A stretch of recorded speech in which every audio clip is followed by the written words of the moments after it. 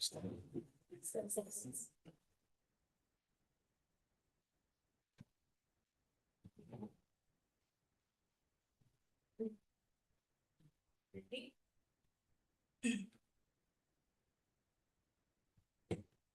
would like to call this meeting of the Narragansett Regional School District School Committee to order. If you would all please rise for the pledge. I pledge allegiance to the flag of the United States of America and to the republic for which it stands, one nation, under God, indivisible, with liberty and justice for all. And just a reminder, this meeting is being live streamed and recorded. The live stream is available on YouTube and Facebook. Okay, so just proceeding through our business. We do have, we are going to skip meeting minutes because those were not quite ready yet. There's only there's less than a week between the last meeting and this one. So we'll move on to bills and payroll. There isn't any, we didn't. There isn't any, so it looks like we can skip that as well.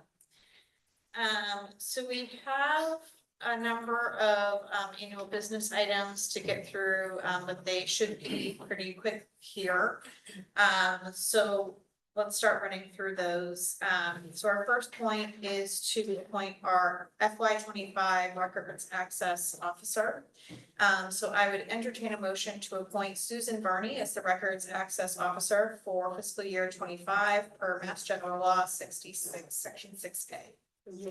Second. A motion by Danielle and second by Jeff. Any questions or comments? I just have a question if Sue would like to be the record access officer. We don't to. Never asked him.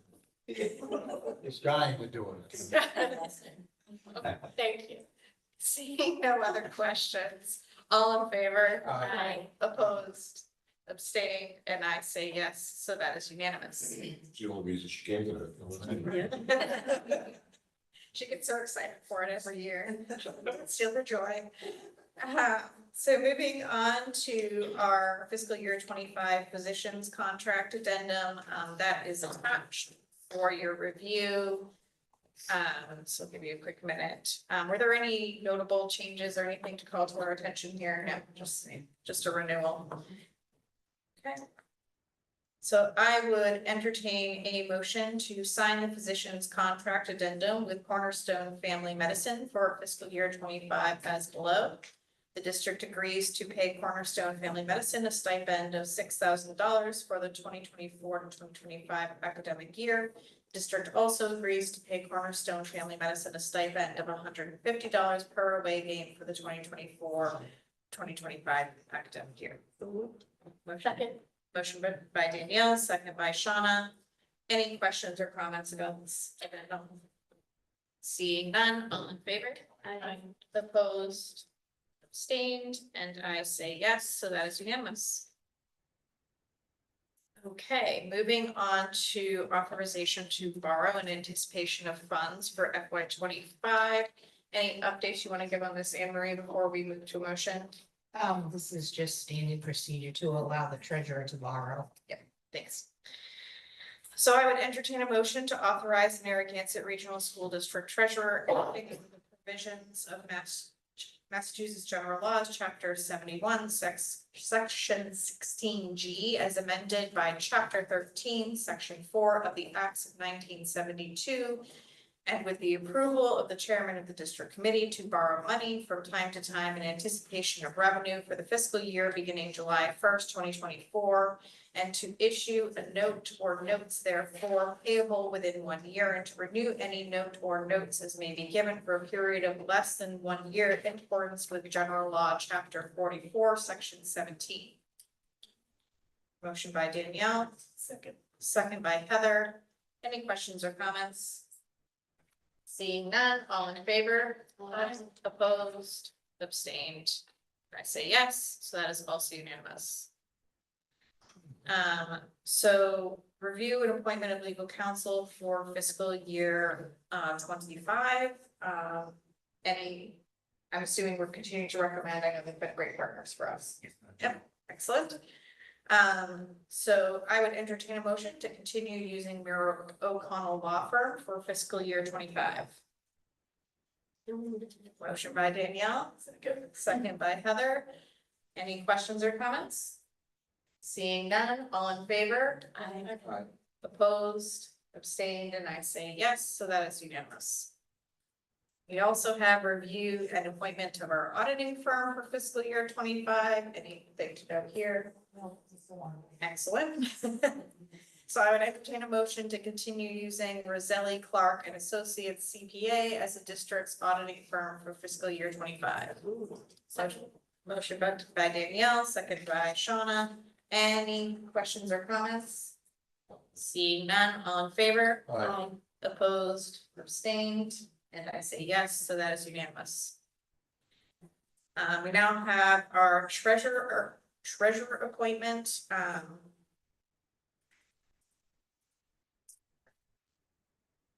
Hold on. My computer is struggling to load.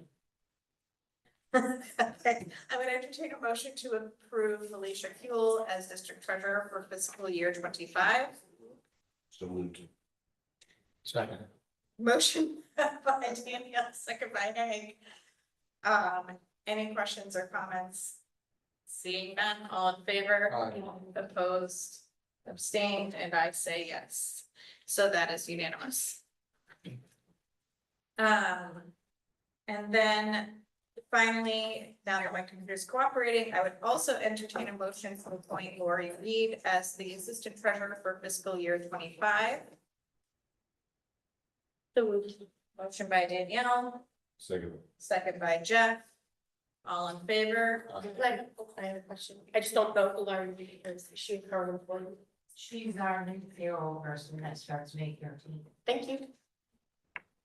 Sorry about that. Nope, that's okay. All in favor? Aye. Oh, wait, did I do a motion? Yes. Yes, motion by Danielle, Jeff, second. All in favor? Aye. Opposed, abstained, and just make sure the record shows that there was absent for that particular vote. She will be back in a moment. All right, so now we come to our appearances and we will start with our student rep. All right, not a whole lot new has happened in the last week. But just kind of to refresh everybody's memory, it's May now, so the end of the year is coming soon, especially for seniors. 3 weeks from today is our last day of classes. So senior week is coming up, all that fun activities that come with that, the chicken barbecue, prom is coming up, that's a week from Saturday at Hidden Hills in Ringe. And then tomorrow, of course, we have Gap Day, which is prom safety day for all the students who are attending prom. It sounds really fun from what has been given away, not a whole lot of details about the event have been disclosed to us, but from what has been disclosed, it sounds really fun. Everybody's looking forward to it. And yeah, graduation's right around the corner and AP exams, end of the year testing, all that fun stuff. Well, good luck with everything coming up. I said. Yeah. That's Hidden Hills. You were paying attention. I wasn't. Said it we Making sure. Well, I'm looking forward to seeing everybody in the gazebo. I enjoy driving by and seeing everybody posing in their finery. Oh, I'm sure, so. Fun stuff. All right, and we have another special presentation from our middle school, Mrs. King and some students. And if it helps at all, you've got at least 3 parents sitting up here who have students in the middle school right now, 5th and 6th graders. So I'm really excited to hear from you. The floor is yours. Thank you so much for making time for us. I know every year we talk about finding reasons to come visit school committee and let you know what's going on within our buildings and across the district. And it's usually easiest to pull some of the more distinguished honors that we receive or big notifications or Apex, championships or such that we win across the district. I thought this was especially cool, number one, because it's just cool and you'll see that. But number two, it's just another day. inside the middle school, and it was that cool. So when Mrs. King shared the project that she's gonna present with you, I immediately thought of bringing it to school committee because of two things. Number one, what our students do at the middle school level isn't as obvious in reaching the outside world, just because they're not at that point yet where we're launching them. But number two, when we were here in the fall talking about our anti-bullying week, one of the slides that I focused on to start and end was how we want to do and have kids do what is right and not just what's easy. And I think this project also links to that. So I'm very proud to present Mrs. Jennifer King, who's our literacy and action teacher. It's an extension of our ELL program, or ELA program, I should say, in 7th grade. And she's brought some of our students to explain what their project is. So I want to let them do the talking. So Mrs. King. You can, Welcome to be on camera and they will stand up on the wall, like. So, all right. Or for the TV. Well, if they're in front of the TV, they're not looking at us, and that might get awkward. Yeah. So thank you so much for letting us join you. We're very excited.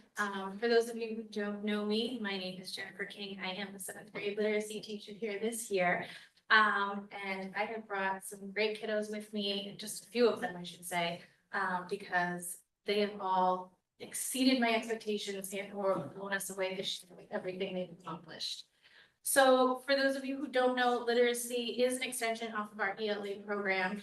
We talk a little bit more with the ELA standards, but we break it down to their everyday life. We relate it to what they go through as middle school kids and then get them ready for high school eventually.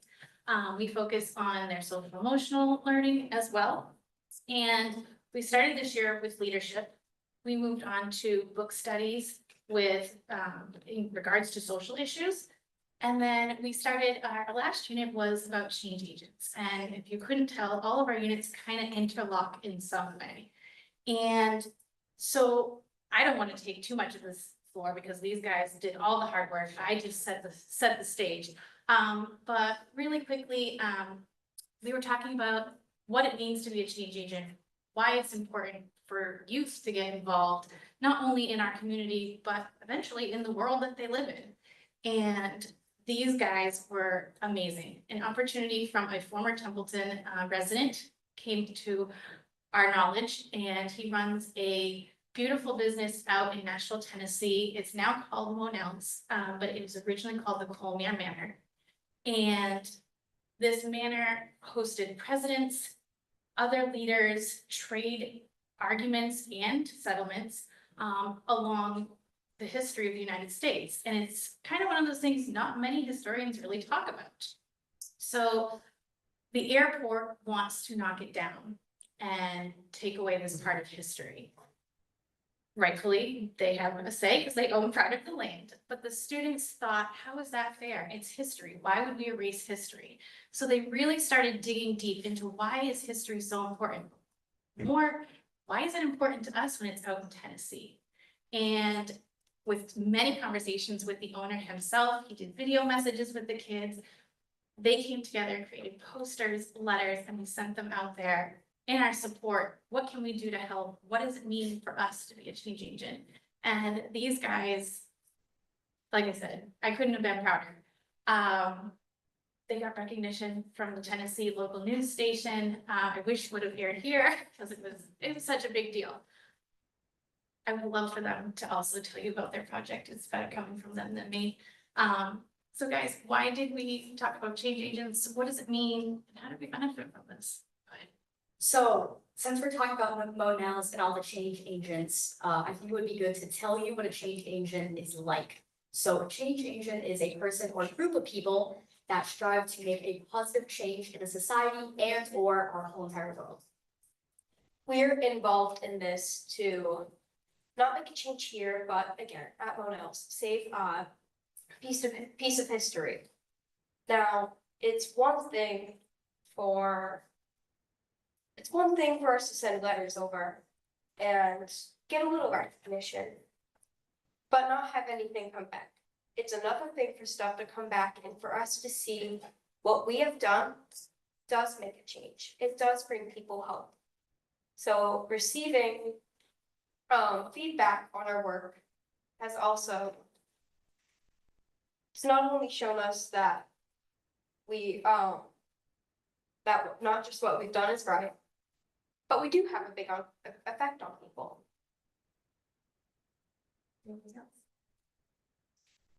As you can see, I think my lesson hopefully got across to them, but it's gonna carry with them through life. And that is another big part of this unit and why I thought it was a big deal for them to not only get recognized in Tennessee, but here. The owner sent them all t-shirts, all students. He sent many videos of thanks. And like I said, it also made local news in Tennessee.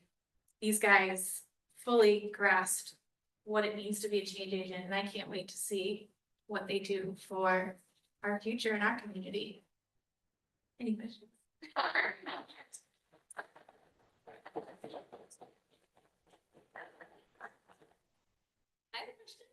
So, now that you've worked through the process and you realize how important your voices are and you witnessed some of the changes that you were able to, put into place in Tennessee, have you started thinking about what you can do in your own community? Are you inspired by anything locally? I definitely think so. There are a lot of like other old, not museums per se, but there are other old buildings that I think would be very cool to check out since really it is a restaurant, but it's also a piece of history. And I think it's very cool that even in town, we have parts of history. And if anything were ever to happen to those like towns or not towns, the buildings, we already have experience of what we can do to help. So it's a good experience because then if something were to happen, we can help. After seeing what we were able to do just by sending little letters over, I think it would be good if, I don't know, maybe we try and help with other, maybe smaller things in the community, maybe helping a certain, I don't know, organization raise enough money just to get up on their feet, start a new business, local business. Just little things, doesn't even need to be a big historical monument, just little things. Well, you guys are certainly inspiring. Thank you. Thank you. And then- Thank you so much. I know it's really intimidating to come and talk to a bunch of adults that you've never met before, especially when they tell you you're on TV. And I will tell you firsthand the number of times I've had to read through a motion and messed it up. So it takes a lot to have to sit up in front of a room. So I not only commend you for this great work that you did, but also for your bravery in coming and talking to us. That's awesome. We love it. We love hearing from students. It really makes our day. So thank you so much for taking the time. And Mrs. King, what a great project. That's fantastic. All right, thanks very much. All right, any other questions for our students before we let them go? No, I'd just like to say that I think what you did was excellent, and I love the last comment about the little changes. I think it's very important. And I think you guys are not only a great example for your peers here in the school, but for the entire community, and just keep up the good work. Thank you. You're very welcome. Well, enjoy your evening. You're welcome to stay, or you're also free to go. We have more exciting voting to do. Okay, so the next item on our agenda is public input. And do we have anyone that's looking to speak tonight? So if you want to come forward a little bit, just so we can make sure we can capture your voices and just make sure that you state your name and your residence. Oh, okay. So are you stopping? Yeah.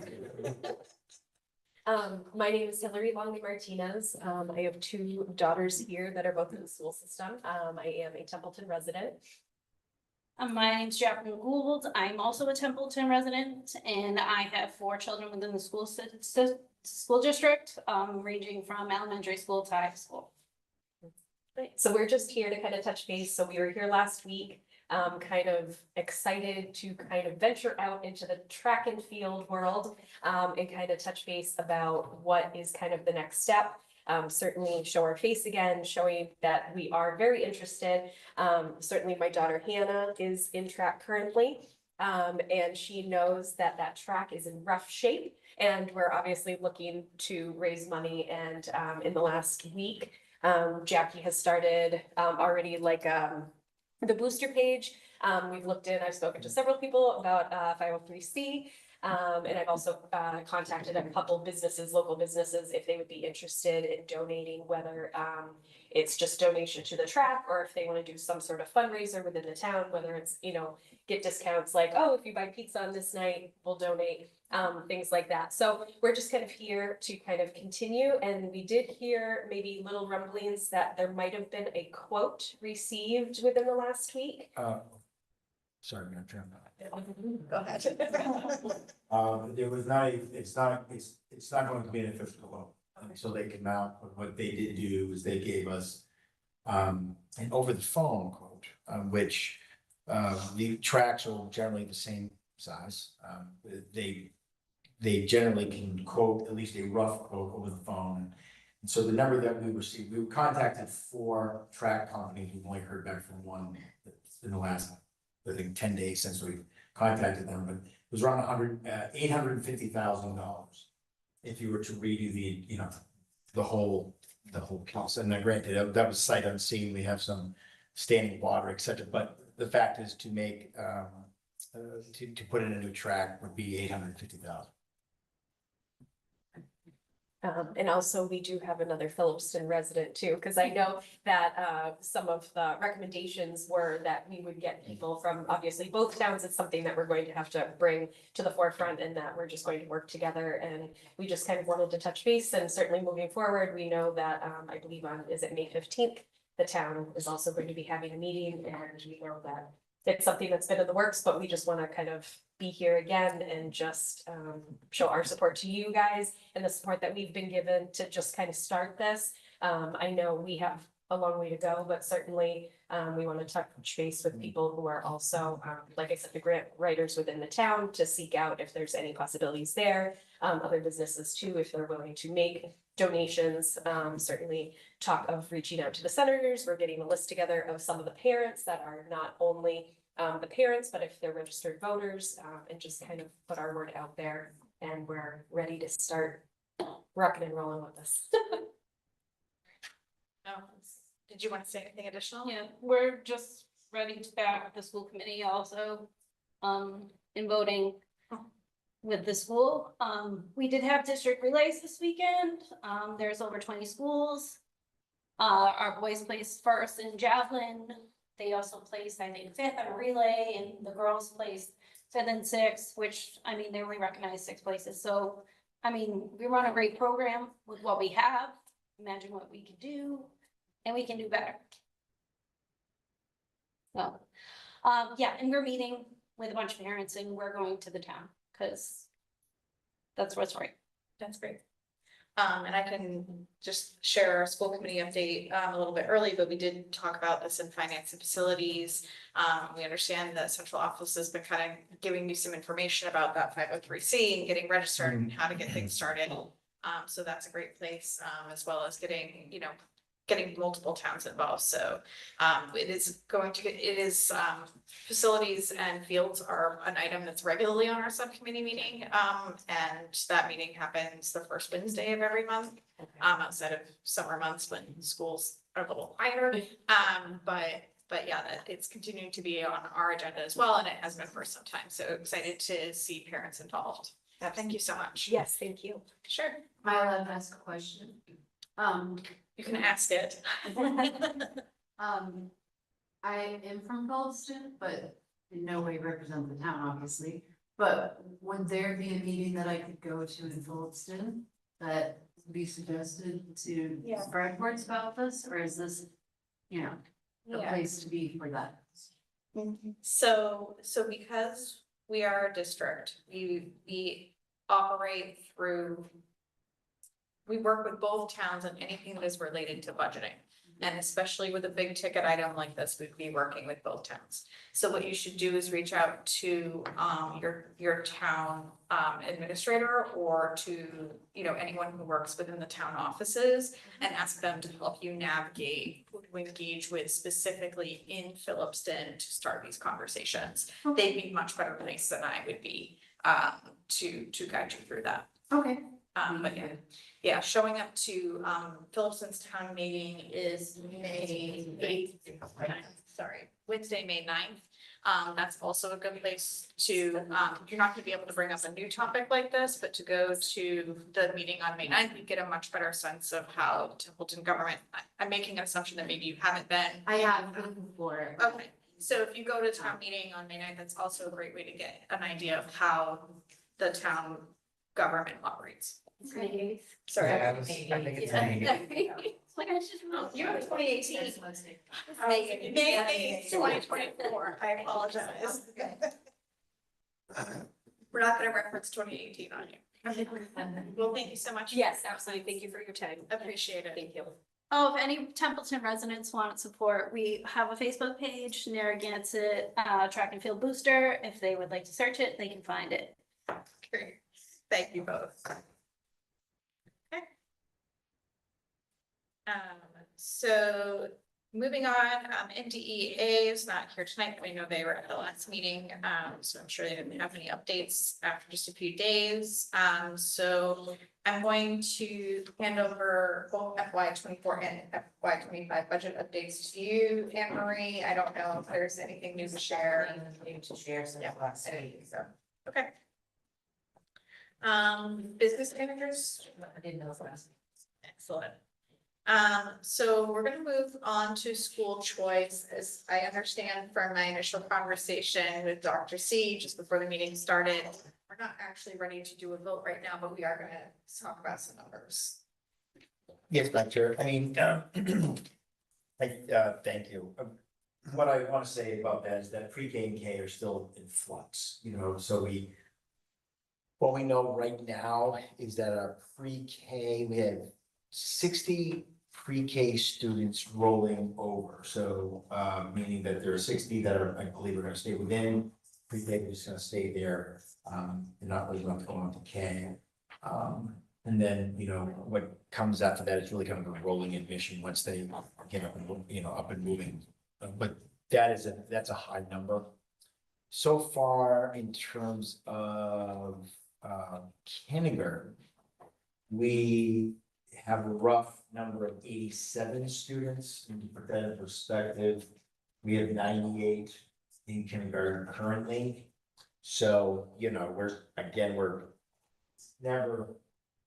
it's never over, it's over, but we'll know more, you know, as we get closer to June and, so those numbers look like they are trending to be a little bit higher in the pre-K and about the same right now for kindergarten. So just to kind of give you because it's always a great signpost, right? Like the, you know, what was coming, you know, but we never know until we know. So, but I think that is interesting, and all the packets were taken, so we don't know. Again, it's about the census, and the census is not often very accurate. So it's all about when they finally get the packets in, to be very clear. Okay, so the philosophy of school choice, when we've been doing this for, well, now we're going on our 9th year.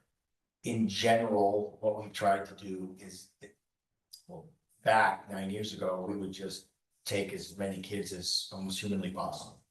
That changed for a lot of reasons, and we simply, for a lot of reasons. One, we started having a lot more residents, and it really has been a matter of what I call maintenance. So what we generally do is look at the senior class, look at that and go, okay, the senior class currently has 62 students in it, and that will be the very last time you'll see that, unless something unbelievable happens over the next 4 graduating classes, because they are at over 100 kids. But in terms of what we look at is that there are 12 school choice students in grade 12. So at the very minimum, what we try to do is we look at that number and we look at the number of students, whom are school choice with us right this minute, but may be going to Bonnie Tech. So we just try to kind of stay. It's not an exact science, because we never know, people move in, people move out, et cetera. So what we did is we looked at you know, where the numbers are, for every grade. Where could we, if, it was so, voted, where could we take students? The easiest answer, and when I say the obvious answer, is the 8th grade, well, next year, the rising 9th grade, right? So class of 2020, gosh, 28? Yep, so the class of 2028 has 126 students. We know that we're going to, at the very minimum, lose at least 22 students to Bonnie Tech, for example. So we know that there is, room, you know, in the class of 2028. When looking, then it gets a little bit harder to find some room, but the grade 7 currently has, excuse me, it has 113, so the rising class, rising 7th grade, which is the class of 2030, has 113 students, okay, which is lower than the other 2 classes.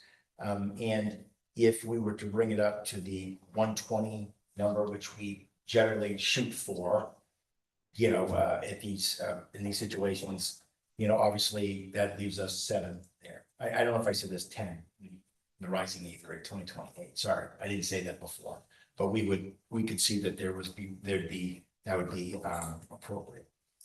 We thought a little bit outside the box, because then it becomes not possible with the class of 2031, which is the current 5th grade. They have 134 kids.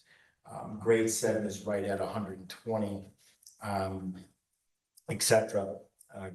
We have some opportunity in the high school, but generally, like I said, depending on how the budget goes, we don't want to put too many students in the high school at the earlier grades, because that's where that we need the most, that's where we need the staff the most. So we looked at the current 1st grade, well, no, probably the rising 1st grade, which is the class of 2036, which is the current kindergarten. And, you know, we think that there would be 5 seats there. The 3rd grade, which is the class of 2035, 2035, probably could use like 5 students if it became, you know, if we so wanted to. Depending on how kindergarten, again, we're just talking about school choice. Depending on how kindergarten, you know, comes out, you know, we won't know that till the end. We often don't know that till the summertime.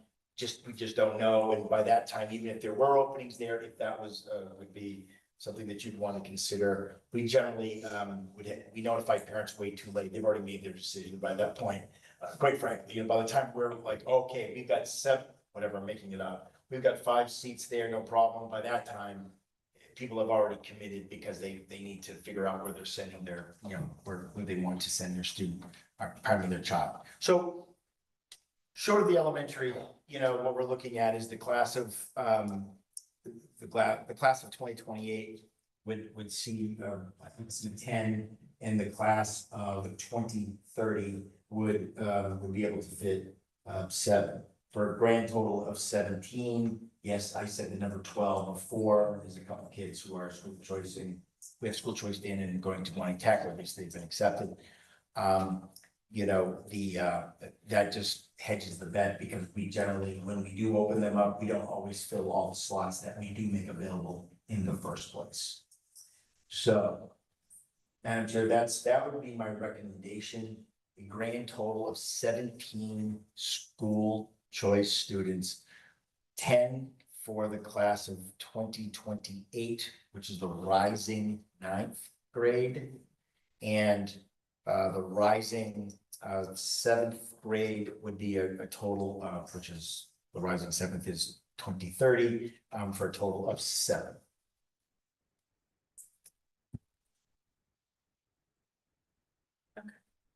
So right now, as the numbers stand right now, you're recommending 17, but 12 are seniors, so there's 12, Right. right? And there's Thirty. roughly 4, depending on the wait list and all this other stuff, so we just rounded up to 5. For the current 8th graders. Or, rising 9th graders, because who stays, who goes, who doesn't. I don't know that honestly, so I just won't know that, but safely you can take that many. Okay, now, is it better for you if we vote on this and then potentially do another vote next time around? Or is it better for you if we suspend until the 23rd and wait until we have an idea of the total picture for school choice Well, we've had a lot of people requesting? Okay, requesting, so we did open up the application. So I Just let to people get- know, the committee hasn't voted on it yet, but if you'd like to get your child on the list, I think it kind of brings in a little bit of, calm knowing that they're at least on the list. okay, We opened it 2 days ago, there's 20 people on there already. wow, okay, So the majority is probably elementary though, at a glance. So we think there's some opportunity there, we do. As a very, very targeted, very, very, minimal. Again, we have not accepted a school choice student at the elementary for 4 years. For all the obvious reasons we've discussed at length. so I know I said at the beginning of this, that we didn't think we were ready for a vote, but it does sound like we're ready for a vote as it pertains to the rising 7th grade and rising 9th grade. So is there any objection to moving forward the vote that was on the agenda? Just to get these couple bits settled, okay, great. So I would entertain a motion to approve the school choice openings update as recommended, the details for which are 10 students for the rising 9th grade and 7 for the rising 7th grade. For school year 2024 to 2025. Second. Motion by Danielle, second by Heather. Any questions or comments before we move to a full vote? I'd just like to say something. Okay. School choice has always been something I always look at as a parent and as, now on this board. And it's just always a tough thing because it's a balance of seats and then money and all of that. And I think what I'm struggling with this year is that houses are being built in this town, in both towns. There is still permits that haven't even been pulled yet for housing developments that are coming. And so I always and it's not that I'm against school choice, it's just that I really want to take care of the Templeton and Phillipston students first. And so I guess I'm just a no for opening up any seats this year. And I hate to really say that, but that's just where I stand. And I completely respect that and massive respect for you speaking up and talking about the why, because not everybody has to do that. Yeah. I would say that it is a challenge, and one of the biggest challenges is that we are actively funding positions through school choice, and so when we lose those seniors, we have to replace them, or we could put us in a position of going south on those monies. And those monies are a critical part of the budget that we presented for FY 25. So completely understand and respect where you are coming from. And everyone is welcome to vote exactly the way that they feel. But are there any other questions or comments before we move on to the vote? I just want to back to what Amber said. I completely agree with everything you said. I also think when we take in a school choice student, to educate them, because each student comes with their own set of what they need, it could quite possibly be more than that 5,000 or whatever that amount is per year for that student. And everybody that sits on, that in this room knows how important I feel special education is, but whatever student we take, they're ours until they graduate. And so it's really hard to put a number on a student. And so again, any students that we accept them wholeheartedly with all of the educational needs that they have. And so again, it just goes back to my point that I want to make sure that the students in both of these towns are getting their needs met first. Madam Chair, if it, Yes. that is the issue, right? It's a variable, how can I put it that way? There is special education offset monies that come with students. So in other words, I won't name a town, but if we got a student from Boston school choice in here, and they required special needs services, we would basically charge for those type of services. And it's not dollar for dollar by any stretch. It's only $5,000, right? So it's only $5,000 per kid. But when you go through through the process, which the special education department does, you could easily, whatever the cost is. I would say that, numbers change, things change. If folks don't feel, confident with it, that I get that. It's, you can look at the 12 and say, look, it's only roughly $60,000, right? I mean, if you just simply replaced the seniors. The only thing I'm worried about, one of the things I worry about, but one of the things I worry about is the fact that I don't know how many kids I'm going to lose to school choice out. So our differential rate is, we have the lowest number of students who have school choice out since I've been here in 9 years. There's a lot of great reasons for that. But also the differential has never been closer. And that's because we're not taking in the number of school choice kids as we've done in the past, because we don't take any at the elementary. And pretty soon, if things keep going the way they are, we won't be able to take anybody to middle school.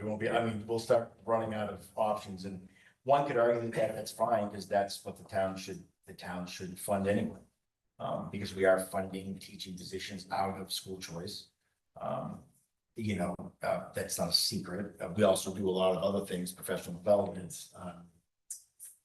One of the fixes, what's that? You said user fees next. User fees, et cetera, so there is you're right. It's almost a gamble sometimes. It really is. You roll the dice. And so I definitely appreciate that. Because sometimes it's not equal, right?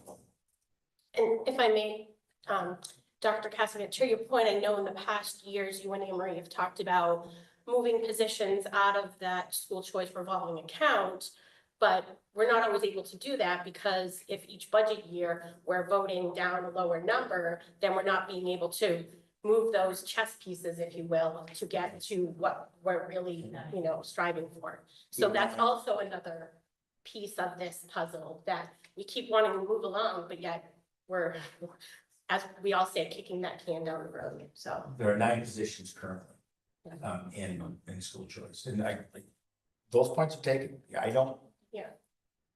And I think that's what's absolutely. hard for me, is that I respect your recommendation. And I think the other part too is, as I sit here as a member of the committee, I have other people in the community and parents that, second to class sizes, this is the other topic that they talk to me the most about. And so that part weighs on me as well.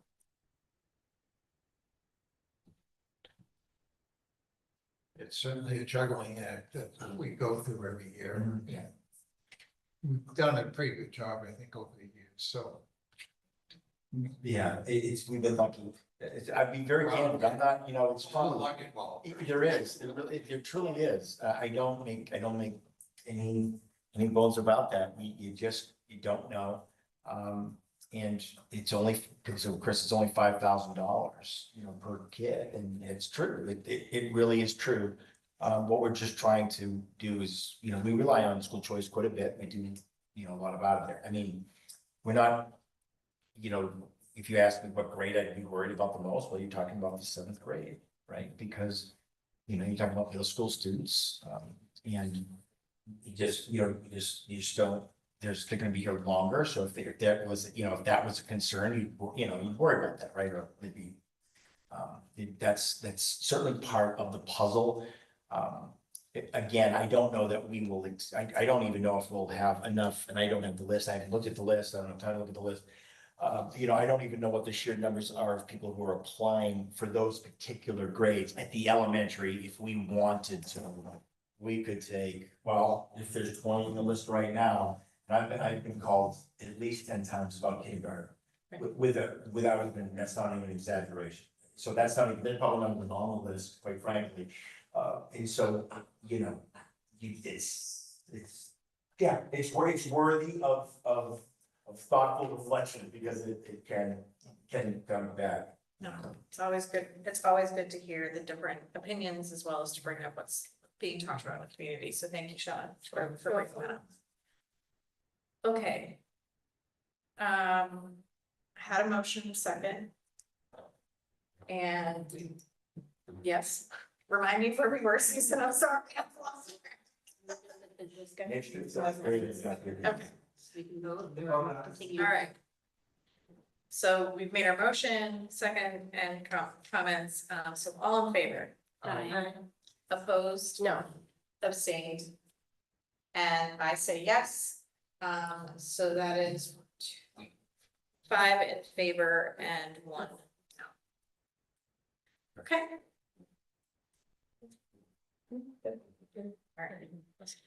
Alright. So then, moving on, we now have an update on our middle school history curriculum and grant update. Great, thank you.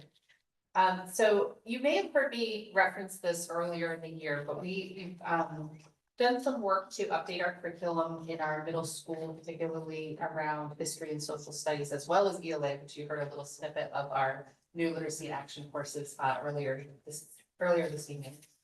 So one of the things we did is we've taken advantage of some new resources that have been developed in professional development from DESE to really focus on grades 5, 6, and 7 history, social sciences curriculum. So I'm here to give you an update on that. And so investigating history is, what is it?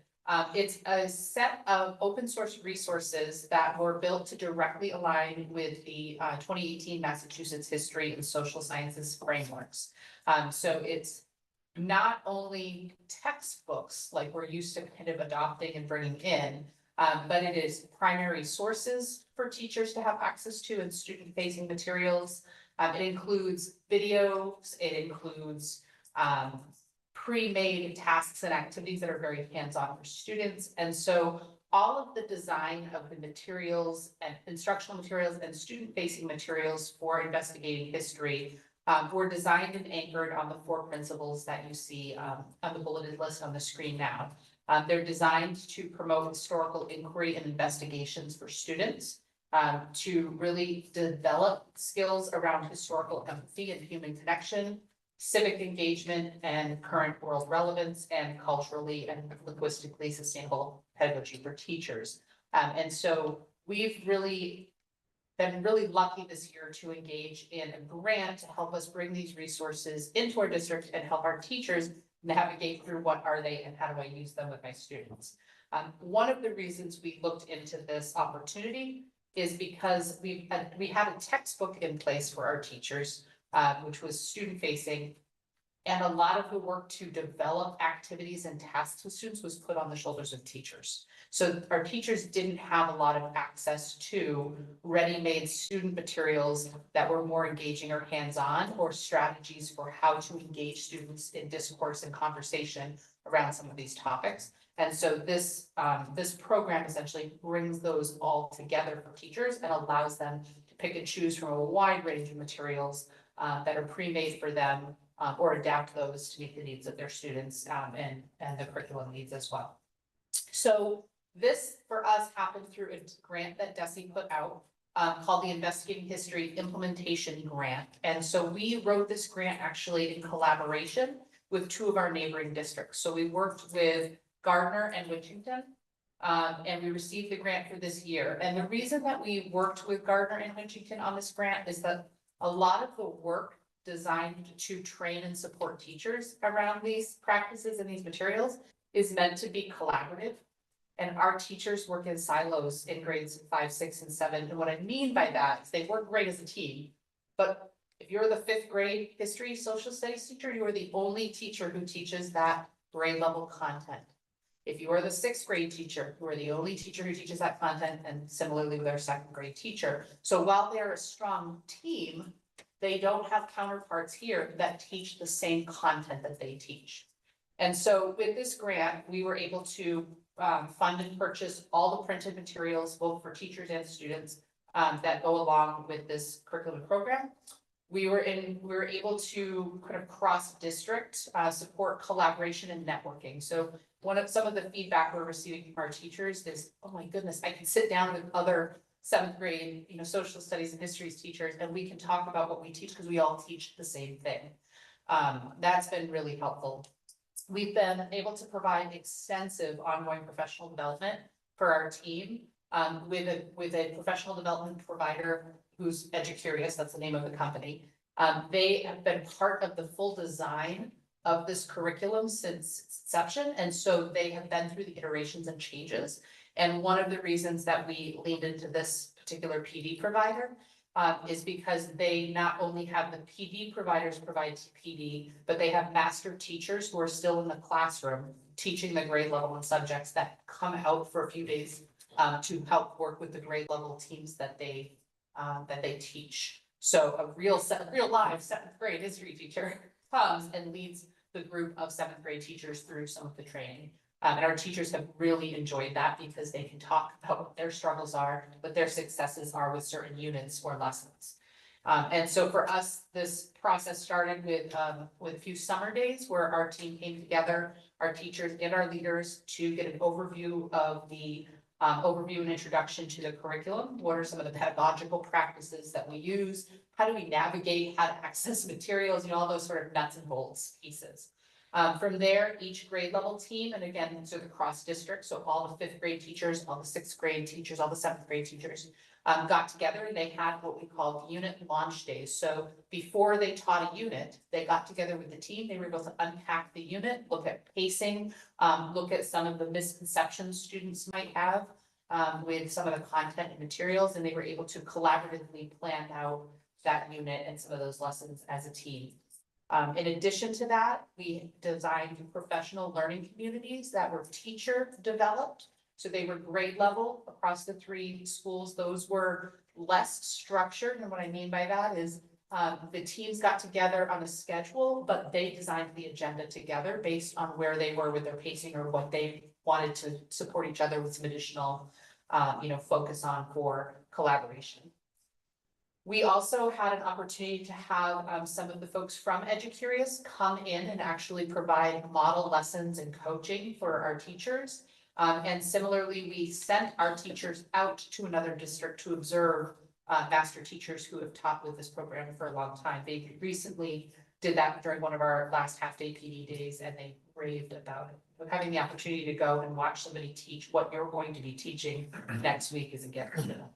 And lastly, we also built in some training for our administrators so that they knew what are some practices we should be seeing in classrooms and how do we support our teachers, especially in this first year of implementation where things are new. How do we access resources for them, or how do we find supports for them both within our system and outside of our system? So with that in mind, this is what we teach. I know this is a lot of text up here, but this is a summary of what we teach because this is aligned to the Massachusetts frameworks for each grade for history and social studies.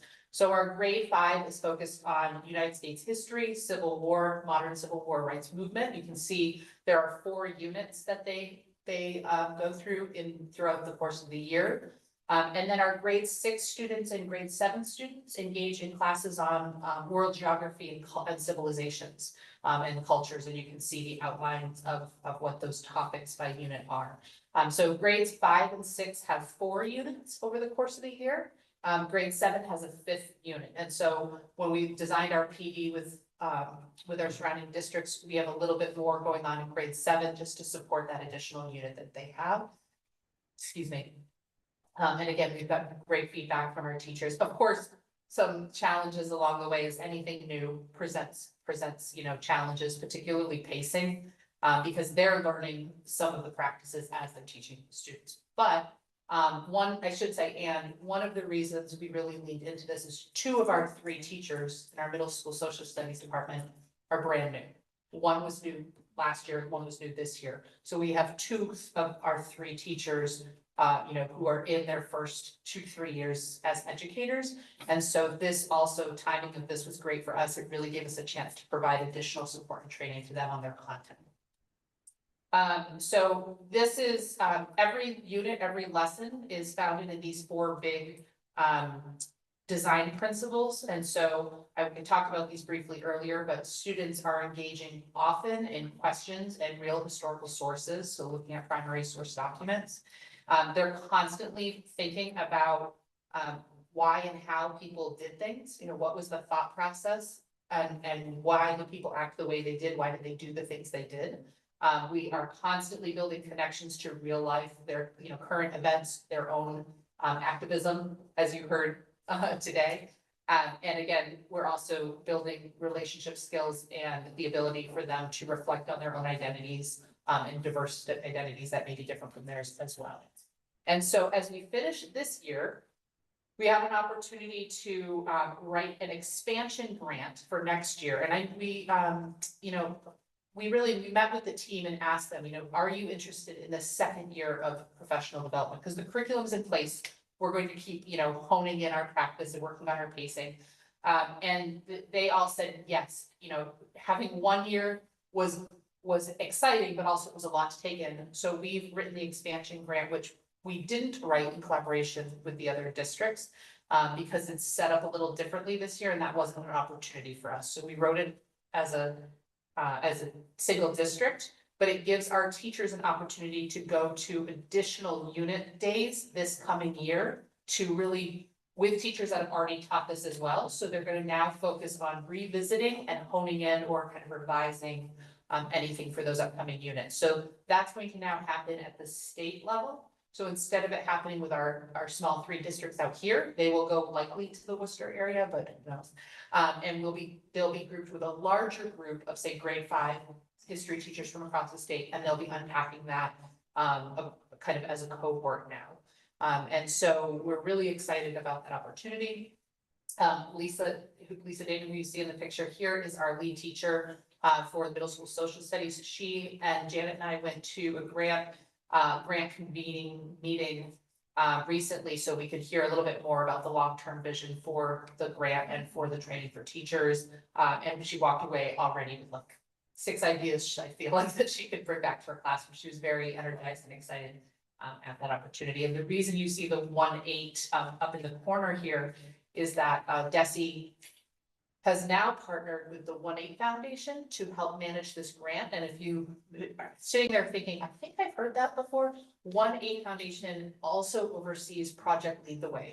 They're an organization that is very passionate about hands-on applied learning for students. And so if they are picking up a project, it is going to really be project-based learning focused. And so we were really excited to hear that 1-8 Foundation picked up this grant from DESE with DESE because it's going to really strengthen the applied learning component. And so we're really excited about that.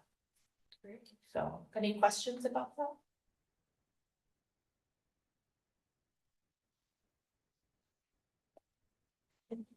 Do you have any, I mean, I know students don't really understand the curriculum has changed or updated or anything like that, but are you getting any responses from students or any indications from students that at the success of this move? Because it sounds like it was definitely a success in terms of the teachers and that engagement and, you know, building the curriculum. I'm just curious I don't even know how you would gauge that, to be honest, so it's a little bit of a shot in the dark. I can say from just being in classrooms and what we're seeing that's different is we're seeing a lot more group work and student collaboration and collaborative problem solving or collaborative tasks. So we're seeing less sort of stand and deliver where the teacher is sharing all their knowledge. We're seeing kids more inquiry based where they are delving into sources and trying to unpack and uncover because that's the way their tasks are structured. So we are seeing a lot more engagement from students in the classrooms. We have not done any surveys or anything like that to gain formal feedback. But I think putting together, a little focus group and kind of digging in a little deeper would be a great idea. Great, Thank you. thank you so much. Okay, jumping back into our agenda, we do not have any surplus items for tonight, right, Susan? Okay, excellent. So we'll move on from that to the superintendent report.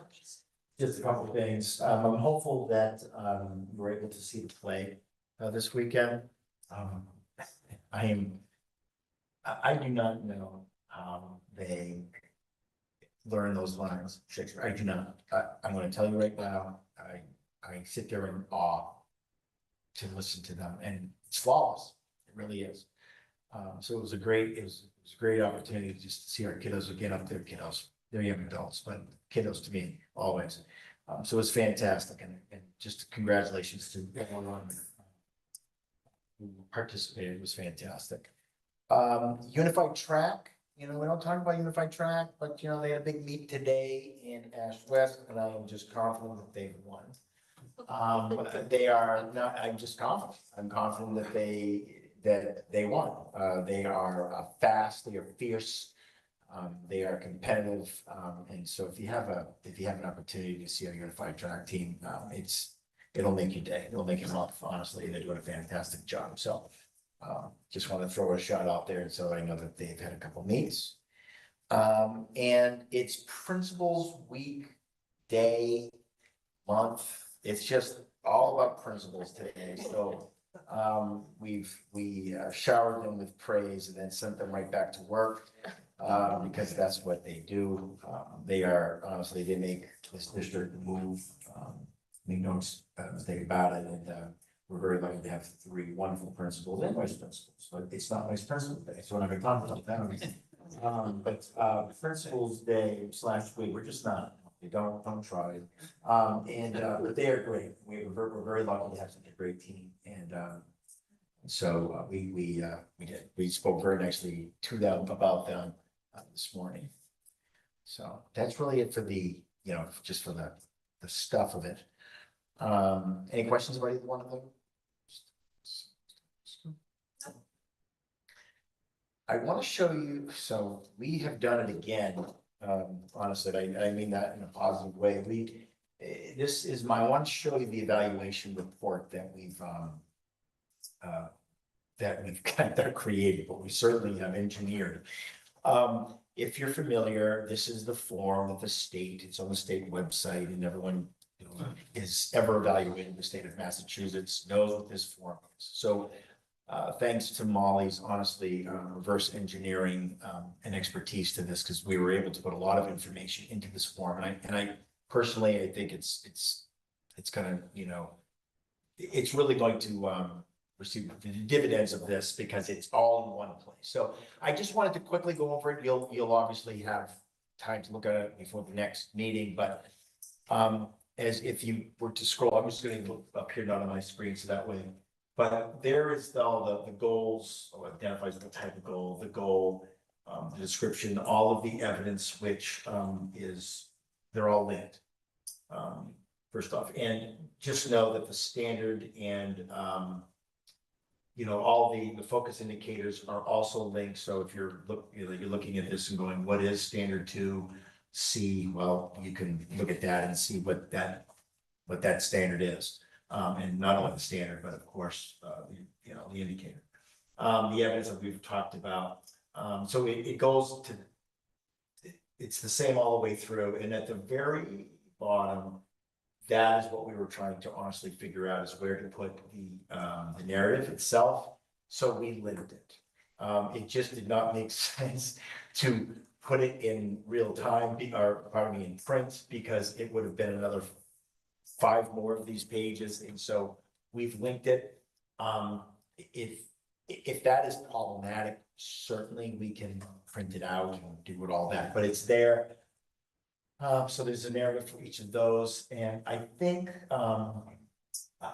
honestly, you know, again, thanks to Molly, we really did sit there for quite a bit of time to try to improve not only the aesthetics of it, but just to make it easier, I guess, to review and to review any of the information that goes with that.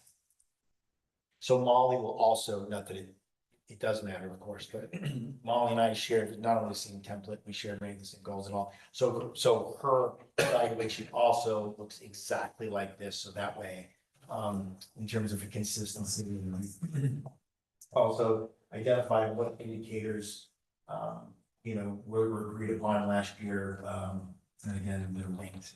So again, any questions, please let me know. Oh, there we go. Yeah. So it's pretty self-explanatory. You've done all of this again on the sheets before, but generally it was 4 different homemade sheet or something to that effect. And so this now is actually in the form itself. So, per the cycle, we need to have our feedback in and review it and vote on it, in a meeting in June. And so in our agenda meeting, it was discussed that if we're looking at June and we want to make sure that this is in enough time for Molly and Dr. C to turn this around and submit it, because they have to submit it, then we really need to do that in early June, not late June. So we will need that first Thursday in June meeting. So, Susan, if you could just double check that everyone's gonna be available for that meeting, that would be the June 6th. And so what Danielle and I will do is we'll get together like we did last year and figure out the best way to get the feedback into this form or otherwise. What I do want to emphasize is we had a really good conversation around, you know, we have a lot of new school committee members, and giving feedback in the superintendent evaluation cycle isn't like doing a review in the corporate world. So in the corporate world, there's generally like some goals and objectives for the business, and you present what your evidence is, your boss says whether or not they agree with your evidence. But it's very open, like you can kind of put anything in there and it has some really broad interpretation. Superintendent evaluation is not like that. It is ultra specific, and so what we have to make sure we're doing is when we give feedback, we need to give feedback specifically to the goals as they're presented, or the goals as we voted on them, the relationship that those have to the rubric, and the evidence that was agreed upon to those objectives. So if there is feedback that, if you have a piece of feedback that doesn't fall within the goals, that does not fall within the rubric, that does not fall within the evidence, that can't be submitted as part of the evaluation. We'll try to figure out a different way to maybe capture that, because it doesn't mean, like, you could have really great feedback for Dr. C on, I'm just gonna use this example because it's prevalent, how he presents on the track. And maybe you have really good feedback on that, but it doesn't actually fit within this rubric. It would be inappropriate to rate him on that within the rubric. And so that's something I want to challenge everybody to really think about as you dig into the evaluation this year. And as Danielle and I figure out exactly how to collect that. Thank you for all the improvements you make, because it is a very confusing document to look through. But even if it's your second or third time looking at it, to be quite frank. So we appreciate that. So we'll figure out how to collect that. And how to, it will be do a bit before that June 6th meeting, so that then we can collect it and bring it together, because we don't, yes, we can go through everybody's individual feedback, but really, we're looking to present the collective feedback of the committee as a whole.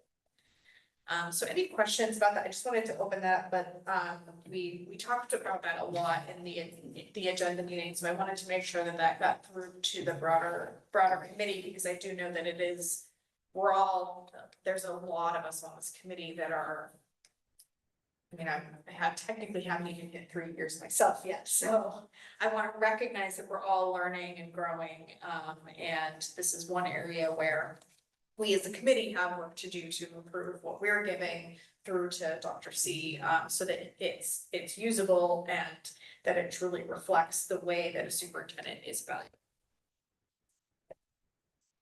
I'd just like to ask in terms of the timeline, so June 6th, it's about a month from now, and so there's, all the work to be done beforehand, so I don't know how soon you and Danielle are gonna get together to talk about the timeline. I would just, for myself, appreciate to know sooner than later, like the timelines of when you want it, how much time we have to work on it, things like that. Just so that I have enough time to work on it, because I know last year I would have appreciated more time, but we're all new with that. So I guess I'm just asking to know, we don't have a bigger meeting until like 3 weeks from now, I guess, so. You certainly have until again, I know that we don't have meetings, throughout the summer. We generally have to upload everyone's evaluations of the district through emails, but it's generally sometime in July, just to kind of give you a sense of when it's the physical piece of it is done, like, oh no, we've got to get these things up there.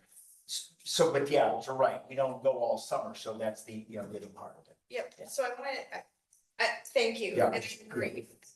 That is why we're talking about this now, is because last year, I'll just take the ownership of it. I suddenly became chair. I suddenly was in charge of the superintendent evaluation cycle. And we realized when we looked at the upcoming dates, we went, oh, cannoli.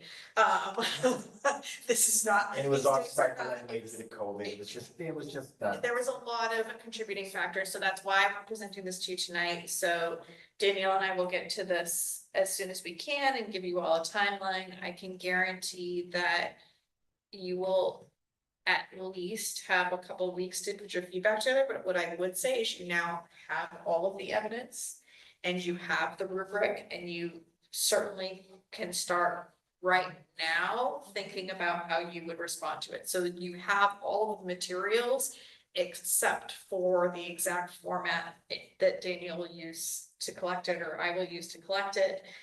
So there's nothing stopping you from using this immediately. So I think we're gonna stick with the June 6th, and then also the June 20th is actually right after the end of school. So I wanna make sure we don't bump up against anything else that might come up. Okay, and May 23rd, we wanna leave open for budget, as well as, it is that first meeting after, town votes, so there's a lot that happens in that meeting. Jen, are we meeting on June 20th? So right now I've scheduled us for June 6th and June 20th. Okay, thank you. If we do, so the 20th would be the third Thursday, which would be our typical meeting date. And then we always say, hey, we would kind of keep in mind that we might need the first Thursday. We are predicting that we definitely need the first Thursday, because I also know that Molly's not actually available to attend the June 20th meeting. Is that the one you weren't able to attend? Ironically, we have a 2-day investigating history conference, the 20th and 21st in Westboro. Right. So we Somewhere wanted to make sure we near got all West this Main. business done so that So, there would be no interference, so. Okay, so just getting those dates on your calendar, and then, Susan and I also need to meet to set the FY25 meeting schedule, and we will work to get that to you as well, so that you can start reserving dates. The good news is that the summer is generally quieter, so there's nothing crazy to expect during that time frame. Right, any other questions about the superintendent report or what was submitted at this time? And what I can do is at least leave an agenda item on the May 23rd meeting, so if the questions do come up as you're starting to dig in and review things, you can have an opportunity to ask those questions directly. All right, so we did have a matter come in, to pass. I'm not sure who I'm gonna be hearing from you. Okay. Thank you, Madam Chair. So what we have, as in the attachment, is really, the board's minutes of accepting of the district into the CAPS, family, and it's gonna be Air Shirley. So, what happens is that the charter requires that all sending districts, are okay with that. And so we've already, again, accepted it from we voted as the board of the CAPS. But it needs to also be signed by the chair. And it obviously has to be acknowledged. You might say, no, I don't want Air Shirley, CAPS for whatever reason. And then I would have to report back at that, so that's ultimately, it's just it's part of how we do business, as the board for CAPS.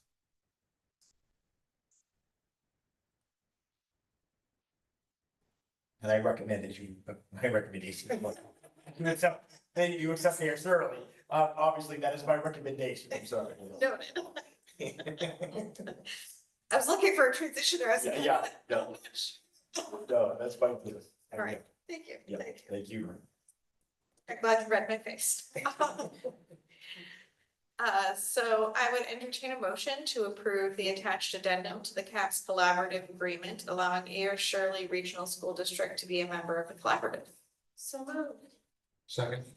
So a motion by Heather and a second by Hank. Any questions about this particular amendment? So my only question is, when we have another district that joins the collaborative or the family, what are the benefits and what are some things that you would be concerned about?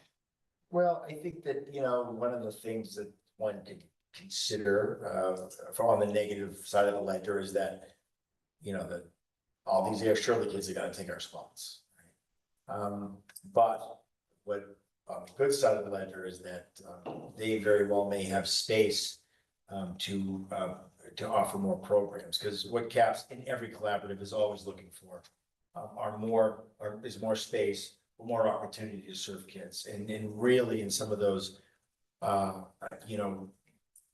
to find, especially areas of vision, hearing, etc. So they have a multitude of programs, and I know that that they reached out to all of us to see if there was any rooms or anything that they could, utilize, and basically they would rent, but many of us just do not have the extra space. So when they look at that from a programmatic standpoint, they do look at kind of the capacity. So in other words, like, well, can we just keep all the pleasure that we can take all these towns and still provide the same type of services, et cetera. So their ratios are still, they know what their break evens are. So they when they go through this, it's pretty thorough. They just don't, they just don't take towns kind of willy-nilly, so to speak.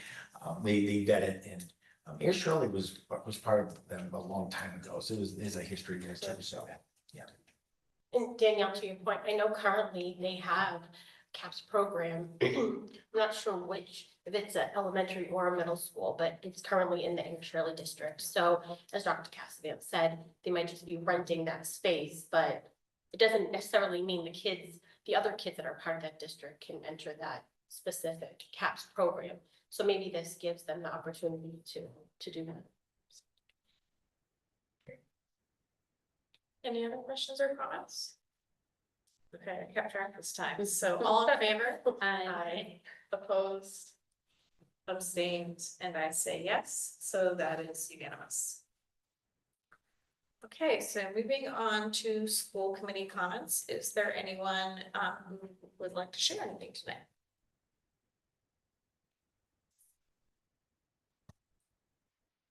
Seeing that, we'll keep on moving through the agenda. So subcommittee reports, finance and facilities, we actually met this evening, just before arriving here. Really, we focused on, we have a chairs meeting on Friday, so we talked about what are we looking, to discuss during that meeting, and what are we hoping to lead with. Really for transparency, what we're talking about is, we're trying to better understand in listening to the Templeton meetings in particular that have taken place, advisory, finance, and select board. There's a lot of different conversations happening about the school budget that's proposed, and so the hope is to better understand what exactly all of those very different conversations mean, heading into town meeting. So that was a big part of the discussion, was just discussing what we heard, you know, coming out of those meetings, et cetera. So it's a bit of a stressful time knowing that, you know, we do have a significant budget ask. Hoping to just better understand the lay of the land, as it is right now. And we know that Phillipston, is planning for their meeting as well. So looking forward to connecting with them. The other piece we did discuss, field, and we already went through that, so I won't go into great detail. District operations. We did not have a meeting in April. We're still trying to reschedule that. But obviously, we're gonna have it in April, so we'll have to try that. We can fit a second one in May or just go with the May. Okay. Okay, and I know that you already talked about labor management as of the last meeting, and there hasn't been any meetings. Any updates from CPAC in the last 5 days, Shauna? No, but just a reminder, we're meeting on Monday. It is open to all parents, guardians, grandparents, whether you're on an IEP or a 504, or you're looking to get on one, just please come join us. We'd love to have you. So that's my opinion, 5 minutes. Excellent. And then I also, Kat is doing jury duty right now, but I know she gave a PTO update last time, so thanks for your fulfilling your civic duty, Kat. This year. Tonight, PTO's tonight, I believe. Are they meeting tonight? I think so. I know I got a text tonight. Yeah. Okay, so great, they're meeting tonight. Right now, yeah. I am the liaison to Student Advisory Council. I am afraid that we intended to talk about athletics and kind of how athletic funding works and things. We did meet, Amory and I did meet about that, have some discussions. We realized that we weren't really ready to have that conversation with the students yet. There were still some additional details we wanted to pull together. So we're gonna give ourselves a little more prep time. So we got sucked in. It was poor timing on our part because we thought that we could go right from budget into talking about athletics, and then realize that the budget had sucked up all of our time and energy, and we didn't get to all the things we wanted to get to as it relates to athletics and really extracurricular in general. So our plan for next year is to talk to Mr. Young about doing a session on athletics and doing a session on extracurriculars, and kind of talking about how both of those work, how they get funded, et cetera. With the idea of, you know, the games don't fund the programs. And so how can we help show, like, how do these different activities get funded, and where does that money come from, and where does it go? What do the games contribute, and that sort of thing. So looking forward to doing those for next year. But I did have a quick conversation or a quick email from Colby, just updating me on